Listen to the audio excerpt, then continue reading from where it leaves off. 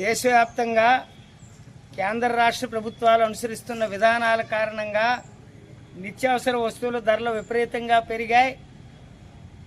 Corporate కంపెనీలకి, పెట్టుబడిదారులకి ఊతం ఇచ్చే విధంగా ఈ ప్రభుత్వ పరిపాలన ఉండడంతో ప్రజల సమస్యల్ని ఈ ప్రభుత్వాలు పట్టించుకోవడం లేదు.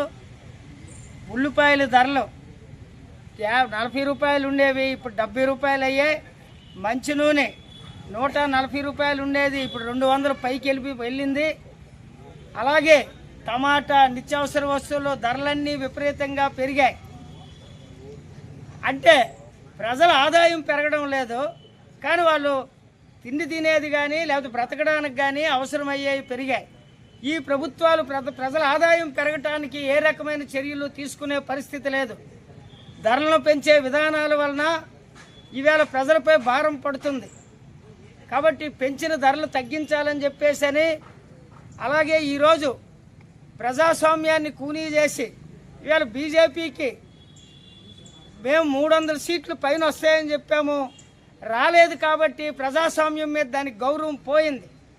కాబట్టి నియంతృత్వాన్ని తీసుకురావాలని చెప్పేసి రాజ్యాంగానికి విరుద్ధంగా ఉండే జమిలీ ఎన్నికలు తీసుకొస్తుంది. జమిలీ ఎన్నికల్లో అది చెప్తున్నది ఏమిటంటే ఎన్నికల ఖర్చు తగ్గిస్తానని అంటున్నది, కానీ ఎన్నికల ఖర్చు తగ్గదు. జమిలీ ఎన్నికల వలన ఎన్నికల ఖర్చు పెరుగుద్ది. ఈవేళ 1000 పోలింగ్ స్టేషన్లో ఎన్నిక జరిగితే దానికి 1000 మిషన్లే ఉండాలి. ఏది ఓటింగ్ మిషన్లు, ఈవీఎంలు. కానీ ఈరోజు ఇక్కడ దేశంలో మన పార్లమెంట్ ఎన్నికలే 7 దఫాలు జరిపారు.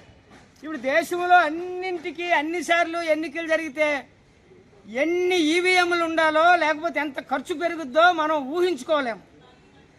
అలాగే సిబ్బంది, ఈవేళ ఉన్న సిబ్బందిని అటు ఇటు మార్చి అదే ప్రభుత్వం అదే ఉద్యోగులతోటి పనులు చేయించుకుంటున్నది. కానీ రేపు అన్ని ఎన్నికలు ఒకేసారి జరిగితే ఎన్ని వేల మంది అదనపు సిబ్బంది ఉండాలో, ఎన్ని కోట్లు ఖర్చు అవుద్దో చూడాలి.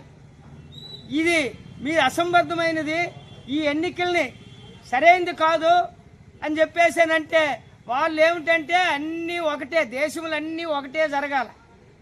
ఒకే ఎన్నిక, ఒకే తిండి, ఒకే బట్ట, ఒకే దేవుడు, ఒకే పన్ను, అన్నీ ఒకటే ఉండాలి. ఎందుకు ఒకటి ఉండాలి? పెట్టుబడిదారులు దోపిడీ చేసుకోవడానికి అన్నీ ఒకటి ఉంటే ఈజీ అవుద్ది. కాబట్టి ఎన్నికని కూడా ఒకటి